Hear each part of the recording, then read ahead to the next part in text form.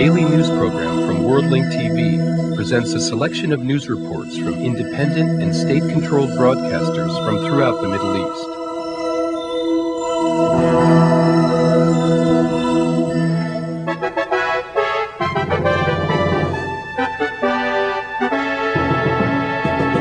Waves of attacks on the Iraqi capital and its surrounds continued Saturday, the 10th day of the US-led war.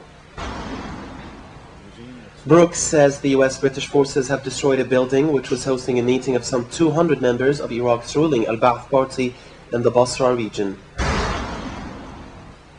Artillery fire was heard on Saturday north of Iraq's only deep-water port of Qasr, one day after humanitarian aid started arriving there. US Marines were in a fierce firefight with Iraqi fighters on Saturday in the southern city of Nasiriya. Iraq's Vice President Taha Yassin Ramadan denied on Saturday that his country had received military aid from Syria or Iran, as the US had claimed. And at least 141 Iraqi civilians were killed and more than 351 were injured across the country during the past 24 hours alone. Waves of attacks on the Iraqi capital and its surrounds continued Saturday, the 10th day of the US-led war. Baghdad came under fresh bombardment at 16:35 GMT Saturday, setting off a series of explosions and prompting anti-aircraft fire. Witnesses said no air raid sirens or anti-aircraft fire were heard. Meanwhile, heavy bombardment of the city's southern outskirts by US-led forces continued. Earlier, intense airstrikes struck the southern ring of Baghdad at around 10:00 hours GMT Saturday. The loud explosions could be heard from the city center, briefly interrupting a news conference being delivered by Iraq's Information Minister Mohammed Saeed al-Sahaf. Loud explosions were also heard around Baghdad Saturday morning as aircraft roared overhead and anti-aircraft defenses swung into action.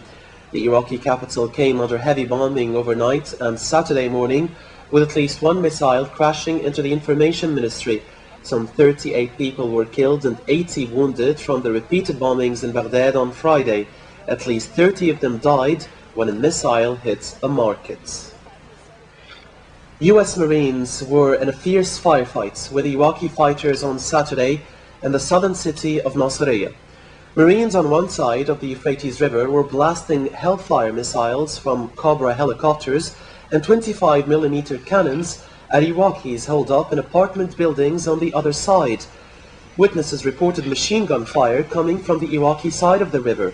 The embattled city, 375 kilometers southeast of Baghdad, has seen heavy fighting during the 10-day-old war as US-led forces try to secure supply lines on the road to the Iraqi capital.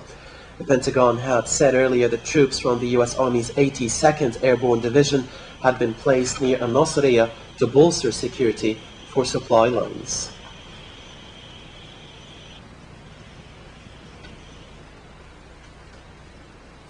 Five US troops were killed Saturday in the Martyrdom Bombing near the central Iraqi town of Najaf. US Captain Andrew Ballas said the 5 US soldiers were killed when a taxi driver detonated his vehicle at a checkpoint north of Najaf, 150 kilometers from the capital.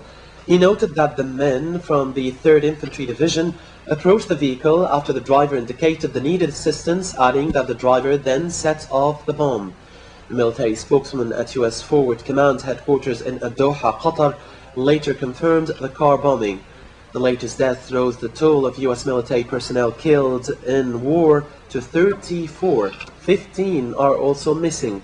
Another 104 US military personnel were wounded in action and 7 were listed as prisoners of war. A missile fired by Iraq exploded near Kuwait's most popular shopping mall on Saturday, injuring 2 people slightly and blasting out windows. Kuwaiti Information Minister Sheikh Ahmed Al-Fahad Al-Ahmed Al-Subah said it was the 16th missile that Iraq had fired at Kuwait since the war in Iraq began.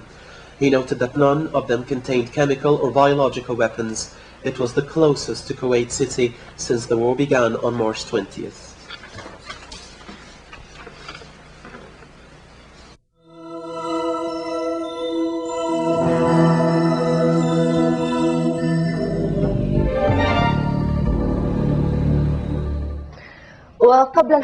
Before reporting on the military operations, we want to report on the humanitarian conditions in southern Iraq. The city of Al-Basra is experiencing harsh conditions as a result of the bombings, the exodus of the Iraqis, and the hundreds of people waiting at checkpoints demanding to go back home. Now to our correspondent, Hashem Ahel-Bara, from the outskirts of Al-Basra. With the sound of explosions, people continue to move south, fleeing the bombings and the battlefield. Some families were trapped during the bombings of Al-Basra, and as soon as things calmed down, they returned to the south. Others waited at Al-Basra bridge to be permitted back into the city so they could inquire about their families. Anger, tension, and total chaos. What is the purpose of this war? There is no water to drink, wash, or do our laundry. There is no food, water, or electricity. Shame on them. We've been like this for the past 72 hours. Refugee and relief agencies are concerned with the deteriorating situation in the south, warning of a human catastrophe. However, the southerners' tone of voice remains defiant. They are not here to free us, but to occupy our country. This will never happen. The Iraqis won't remain silent. Who are they? Do they scare us with their tanks? No, their tanks don't scare us. We are Iraqis and we will stay Iraqis. We are Iraqis and we will stay Iraqis. A team of engineers arrived in Red Cross vehicles and are negotiating with the British in order to enter Al-Basra. A large number of people at the Al-Basra bridge are awaiting their return before the city is destroyed. The British forces now fear the crowds of people here who are waiting to return to Al-Basra to reunite with their families after spending 4 days in the outdoor. Hashem Ahel-Bara, Abu Dhabi Television. In light of these developments, the British Command Center at the Nasiriya base in Qatar declared that the forces will stop moving towards the Iraqi capital for several days. The center spokesman said that this delay does not mean that the military operations against Iraq, Baghdad in particular, will stop. Rather, it is to redraw the battle plan and to provide the coalition forces with the necessary equipment for the upcoming battles. A little break, then back to drawing plans for another strategic war, different from what was previously planned. The fierce Iraqi resistance was a surprise to the joint U.S. and British forces. They were expecting a quick war, but found themselves in a swamp, and they don't know how deep it is. And place it at our advantage. Postponing for 4 to 6 days doesn't necessarily mean stopping. إنه تشكيل حيز المعركة ورسم ميدانها من جديد. Rather, it is to redraw the battle plan and bring in reinforcements with all the equipment that we will need for the next part of the campaign. The British command tries to assure that this doesn't mean that the military operations will stop. And in general, the war plans are moving in the intended direction. However, British statements, in addition to American orders to temporarily stop moving towards the capital, Baghdad, apparently means that the coalition forces are facing problems. It seems like the Iraqi resistance strategies paralyzed the coalition's supply line, which is 500 kilometers long and reaches the Kuwaiti border. The American soldiers said that they never reveal their future plans. Meanwhile, the Washington Post reported, according to the commander of the U.S. Army in Iraq, that the Iraqis they are fighting today differ from the ones that were anticipated in their war plans. Maybe for that reason, Washington decided to minimize their losses and temporarily halt their advance toward Baghdad in order to reinforce their troops with another 120,000 soldiers.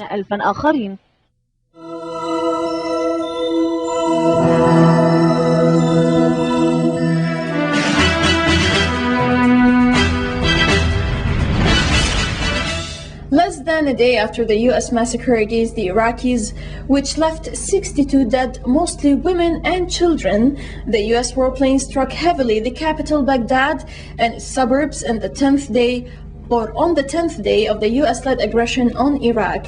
The British and US warplanes targeted Iraq's foreign ministry, mainly the 11th floor, which houses an internet company, and the office of the information minister. The bombing also damaged the satellite dishes on the roof used by Western and Arab TV stations to transmit reports from Baghdad. Intense U.S. and British airstrikes struck Iraq's capital Baghdad and its southern suburbs at midday Saturday. The 10th day of bombardment comes as Iraqis buried 62 killed in a massacre when U.S. bombarded a shopping market. The scene is Al-Nasr Market in a neighborhood in Baghdad. Iraqis had gone down the market in the evening to stock up on food on Friday when U.S. and British warplanes rained them with a 2-ton missile. Those killed were mostly women and children. 66 others were wounded in the coalition bombardment. There is no strategic or military object around here, and the enemy hit this market during the crowded hours. Within minutes, we received large numbers of casualties, most of them children and women, and most of them arrived dead in the hospital. More victims are expected to be found under the rubble. The bombing refuted the U.S. claims that Washington's invasion is not aimed at ordinary Iraqis. On the 10th day of the U.S. aggression, coalition forces targeted Iraq's information ministry with Tomahawk missiles. The top floor of the 11-story city center building where internet company is housed was hit. It also houses the office of information minister Mohammed Saeed Sahaf. Many of the satellite dishes on the building's roof were damaged, most of which are used by Western and Arab TV stations to transmit reports from Baghdad. I know that the Iraqi media is being the focus of truth. It is reflecting facts and figures of the failures of the American plan to invade Iraq. That's why the Americans are bothered.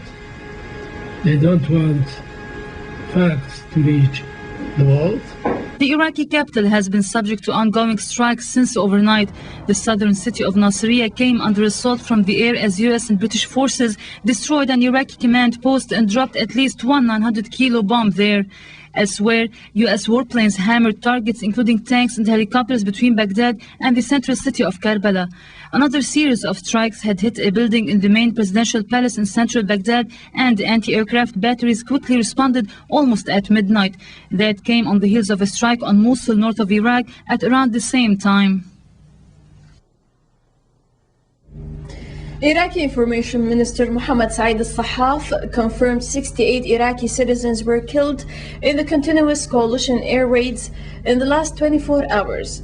Sahaf stressed his country's refusal to the Security Council's resolution, which assigned the UN Secretary General Kofi Annan the responsibility of the Oil for Food program, saying that no one but Iraq has the ability to carry this mission.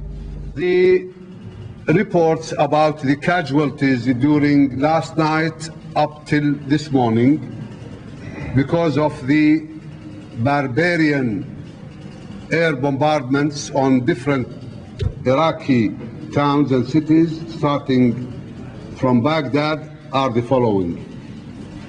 In Baghdad, the casualties: 107 wounded, 68 martyred. That's yesterday since the Al-Shu'la and up to this morning. In Anbar Governorate, the casualties are 48 and the martyred are 28. In Babylon, the wounded 22, the martyred 3. In Karbala, the wounded are 52, the martyred are 6. In Najaf, the wounded are 122, martyred 35. Only yesterday, British, by the way, British military, not the Americans, the British, they put fire into the places where we are having the foodstuff for Basra Governorate. They destroyed the wardrobe for the following 75,000 tons of different kind of foodstuff. The U.S. Central Command in Qatar said U.S. warplanes are using laser-oriented bombs to destroy a building in Basra where it said some 200 troops are gathering. Preliminary reports said no one emerged from the two-story building. Meanwhile, coalition troops expressed its surprise by the Iraqi tough resistance, while the U.S. confessed missing some of its troops and the British denied similar reports. U.S. Central Command said 4 U.S. Marines were missing following fierce combat in Nasiriya. The whereabouts of the troops from the 1st Marine Expeditionary Force are unknown, and American forces are aggressively seeking to determine the status of these missing individuals, the Central Command statement said, without indicating when the Marines disappeared. The British, for their part, denied having lost track of any of their soldiers in Basra, denying reports saying several British soldiers had been kidnapped in the area. On Saturday, members of the Royal Irish Guards were manning checkpoint outside Basra, near the bridge on the south of the city. U.S. Marines battled pockets of Iraqi resistance in and around Nasiriya throughout the day, even as hundreds of reinforcements were airlifted into the battle zone by British Chinook helicopters. Explosions from tank, fire, artillery and rockets fired by Cobra helicopters reverberated through the town as Marines battled to clear the strategic road around Nasiriya, which is the main supply route north to Baghdad. The invading troops disclosed its surprise by the fierce, unexpected resistance they are facing in southern Iraq, especially in Nasiriya, in which many children are suffering from malnutrition and other diseases, clean water is scarce, electricity interrupted, and fresh produce running out. In an attempt to overcome this threshold, the U.S. 101 Airborne Division is giving support to hundreds of soldiers coming from Kuwait and pushing their way inside Iraqi territory towards Baghdad. It's a huge logistical exercise as the troops arrive by air and ground. The 327 Infantry Regiment are just one of the U.S. troops who are being held by the Airborne Division. They're searching for weapons and possible infiltrations of Iraqi troops in the tiny villages of the region to isolate these small towns with the aim of making the Iraqi troops surrender. U.S. veterans who are continuously receiving regards from U.S. President George W. Bush are not pleased with their president's resort to war in his war against Iraq. They fear the U.S. will have a whole new generation of Gulf War veterans against whom the House of Representatives voted to approve a $25 billion cut in their benefits. U.S. veterans were invited to the White House on Friday to applaud U.S. President George W. Bush's so-called Iraq campaign, but others who fought for the country vehemently opposed the war. It looked to me like he was taking advantage of selected veterans who were disposed to his position, said Thess Pollack of Veterans for Common Sense. I wouldn't accept anything better from Bush. It was shameful. Pollack's association sent a letter signed by about 1,000 veterans, including 2 retired vice admirals, to the president on the eve of the U.S.-led war against Iraq, rejecting the case for the use of force against Iraq and seeking a meeting to discuss their humanitarian concerns. Eventually, their appeal was ignored, fitting into a pattern of behavior the anti-war veterans say is typical of an administration run largely by people with no war experience, starting with Bush himself, who served in the National Guard in Texas during the Vietnam War. Veterans believe they have a vital role to play, said Pollack, especially in an administration like this, which is so underrepresented by veterans and so willing to send other people's kids to die when they haven't served themselves. Frankly, it's a dangerous thing. Adding to the veterans' anger and fueling a growing sense of betrayal, last week the House of Representatives voted to approve a $25 billion cut in veterans' benefits, including disability benefits, over the next 10 years, at the same time as Bush is seeking massive tax cuts for a wealthy few. The president's words about supporting the troops are quite empty on 2 counts, Eric Gustafson, who fought in the 1991 Gulf War, said of Bush's speech Friday. One one, there has been a series of miscalculations that put a lot of people in harm's way unnecessarily. And secondly, supporting our troops doesn't mean turning our backs on our veterans, especially when we'll be having a whole new generation of Gulf War veterans, he said. Gustafsson, who is executive director of the Education for Peace in Iraq Center, which he set up in 1998 with an emphasis on improving living conditions for ordinary Iraqis, said the cuts to veterans' benefits are an indication of the length to which this administration is willing to go to fund their priorities, which are obviously aggressive wars and tax cuts for the rich. The Washington Post reported Saturday U.S. teams operating covertly in Iraqi cities are looking to kill off President Saddam Hussein's closest associates. U.S. and foreign officials told the Washington Daily that CIA paramilitaries and other special operations troops have Ba'ath Party leaders, Special Republican Guard commanders, and others of Saddam's inner circle in their sights. The teams are made up of skilled snipers and demolition experts who have in the last week killed more than a handful of people, according to the Post. The United States warned Friday that the so-called terrorists are planning attacks on U.S. interests in Yemen. In a statement, the State Department said that U.S. citizens in Yemen should consider leaving due to the threats as well as rising anti-American sentiment in the country due to the U.S. aggression on Iraq. The statement was released after the department announced that the United States had foiled two so-called terrorist plots planned by Iraqi intelligence agents in the Middle East, including one in a Gulf country. It also followed a massive anti-war demonstration in Sana'a on Thursday to vent their anger at the U.S. invasion.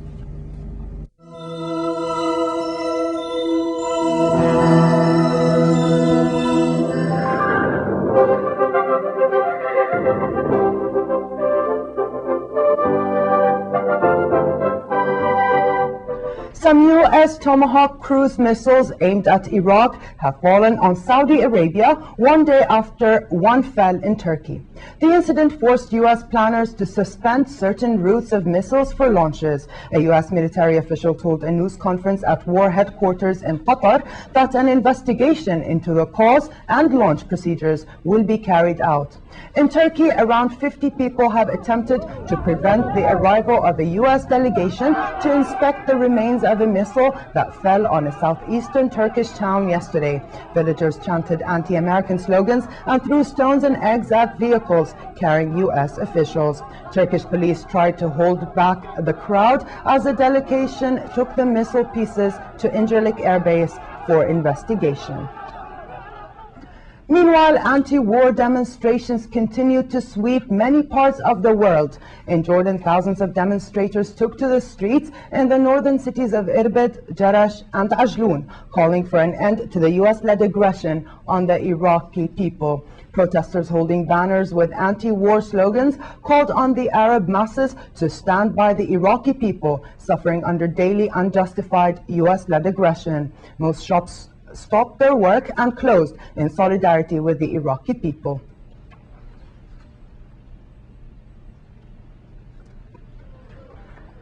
And once again in Germany, tens of thousands took to the streets of Berlin in protest of the U.S. war on Iraq. More than 30,000 anti-war demonstrators formed a human chain on the route taking to Berlin's landmark Victory Column. Members of Germany's trade union organization, political parties, peace and church groups, as well as thousands of citizens took part in the demonstration. Many of the demonstrators said they have themselves experienced the terrible effects of wars and called for a stop to the U.S. assaults.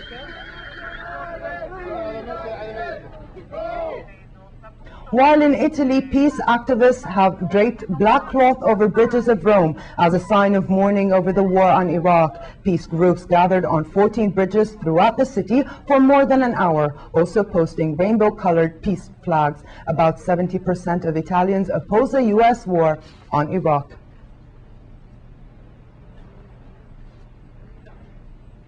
And inside Iraq, human shields seeking to prevent the destruction of civilian infrastructure have visited civilian homes in the Qadisiyah district of Baghdad, which were demolished by cruise missiles. More than 150 activists from different countries across the world deployed themselves at various infrastructure facilities in Iraq in a bid to protect them from the US-British strikes. They spoke about their shock of the damage they saw in Al-Qadisiyah.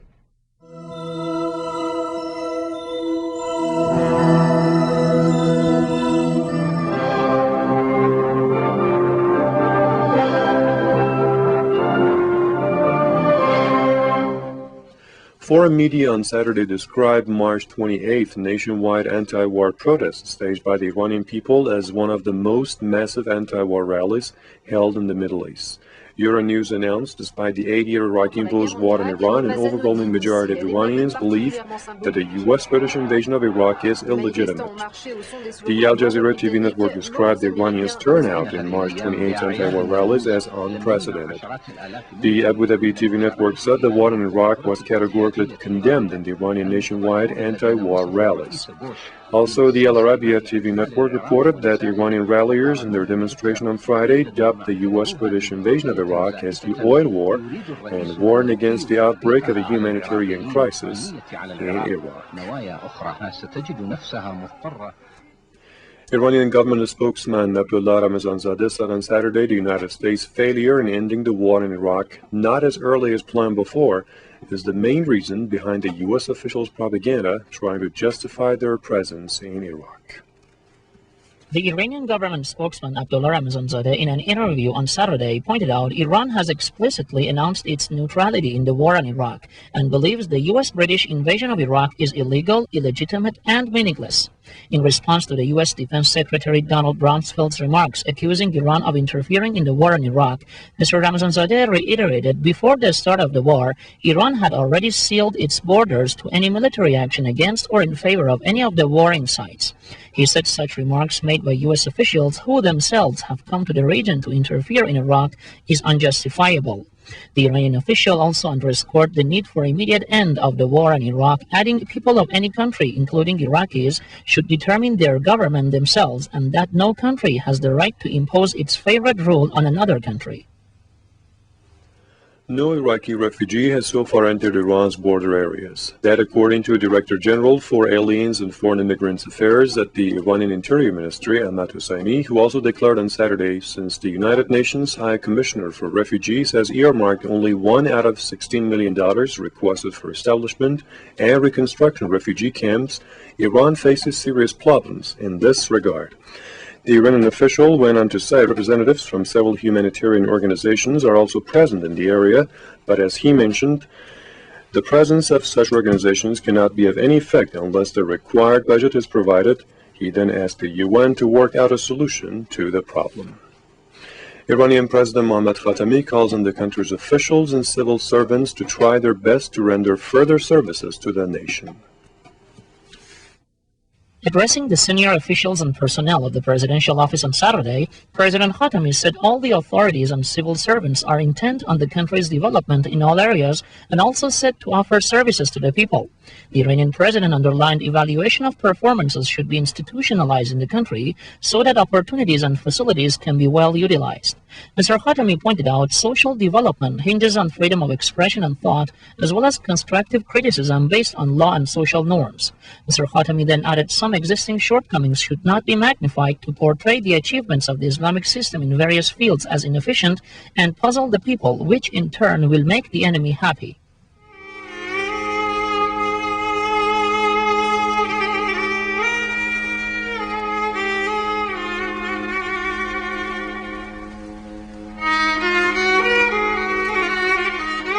Mosaic is made possible by a grant from the John S. and James L. Knight Foundation, which promotes journalism excellence worldwide and invests in the vitality of 26 U.S. communities, and the William and Flora Hewlett Foundation. Additional support provided by Henry and Virgilia Dakin.